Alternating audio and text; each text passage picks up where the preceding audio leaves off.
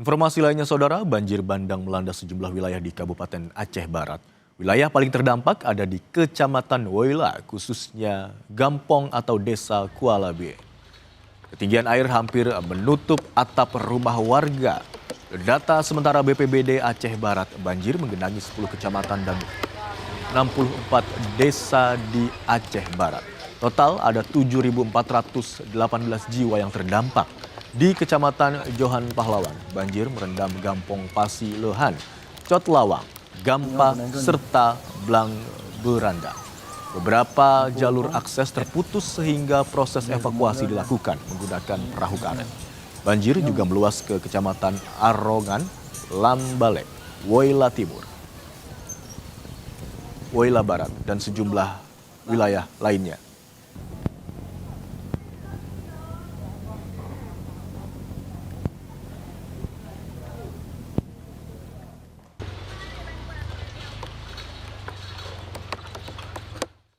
Memohon kepada pemerintah bahwasanya menyediakan tempat pengungsian kepada pengungsi kami. Jadi pengungsi kami hari ini masih belum ada tempat yang layak. Woila Barat, Woila Timur, dan Woila Induk sudah kami deteksi ada pengungsian yang jumlah pengungsian itu ada tipe pengungsian ada dua, ada yang berkumpul di satu wilayah, ada juga yang memang mengungsi ke wilayah-wilayah yang lebih terfasilitasi lah.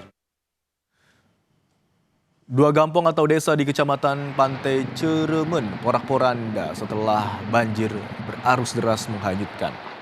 Air bah datang secara tiba-tiba disertai gelondongan kayu dan lumpur tebal. 10 rumah hanyut terbawa arus. Masing-masing berada di Gampong Jambak dan Gampong Lawet. Bahkan lokasi rumah yang hilang kini berubah menjadi sungai. Tak hanya rumah, kantor desa Gampong Jambak juga hancur dan terbawa arus. Akses jalan utama kini putus total.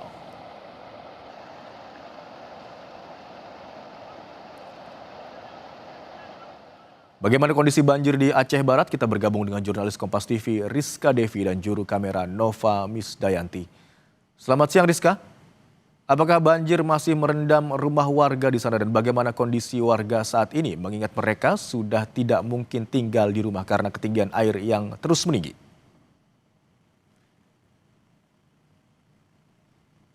Memang usai hujan deras yang mengguyur hampir seluruh wilayah Aceh beberapa hari terakhir ini membuat hampir seluruh wilayah Aceh terdampak banjir dan juga ada beberapa daerah yang memang tergolong cukup parah begitu dan sampai saat ini termasuk contohnya Aceh Utara ini sampai saat ini juga air belum juga surut dan juga untuk kondisi pengungsi ini memang sudah ada posko-posko pengungsian yang dibangun oleh TNI Polri bersama dengan BNPB dan juga BPBA dan juga BPBD dan juga relawan-relawan serta warga yang ada di wilayah tersebut. Kemudian saat ini memang yang menjadi fokus pemerintah Aceh pasca ditetapkannya status tanggap darurat ini adalah proses evakuasi dan juga distribusi, termasuk ketika tempat di mana saya melaporkan saat ini saya berada di shelter Lanut Sultan Iskandar Muda. Di sini memang tempat di mana bantuan ini akan disalurkan begitu baik bantuan logistik maupun bantuan-bantuan dari PLN. Ini adalah power yang akan nantinya didistribusikan ke daerah-daerah yang memang mengalami gangguan listrik karena memang proses evakuasi dan juga proses distribusi logistik ini terhambat begitu karena memang kita tahu bahwa sudah beberapa hari sejak Rabu pagi di hampir seluruh wilayah Aceh ini terjadi pemadaman listrik, lumpuh dan juga jaringan seluler begitu.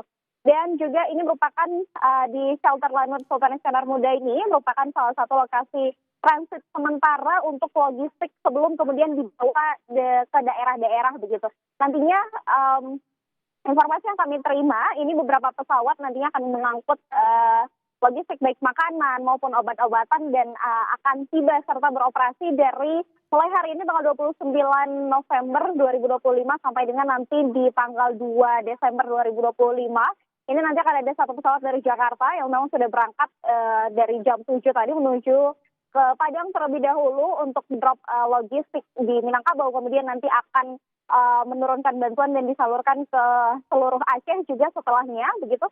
Dan nanti tadi tadi sudah tiba helikopter yang memang digunakan untuk mendistribusikan logistik begitu. Dan memang sudah berangkat, helikopter ini nantinya akan tiba ke 3 daerah yang memang cukup parah begitu tergolong, karena memang kita tahu bahwa akses distribusi saat ini tergolong sulit untuk dilakukan, mengingat memang jalan lintas jalan lintas Medan Banda Aceh ini memang putus begitu dari lintas darat, ini tidak bisa dilalui oleh kendaraan roda 2, roda 3 maupun roda 4 begitu.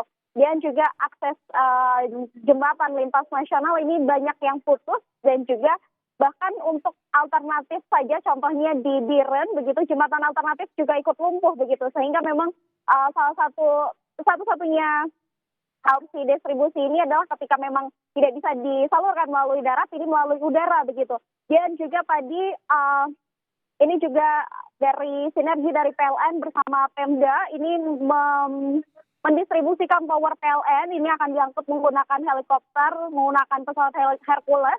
Ini untuk daerah-daerah yang memang listriknya padam begitu, dan fokus daerah di sini adalah di Biren, nantinya akan dibangun ada 7 tower begitu.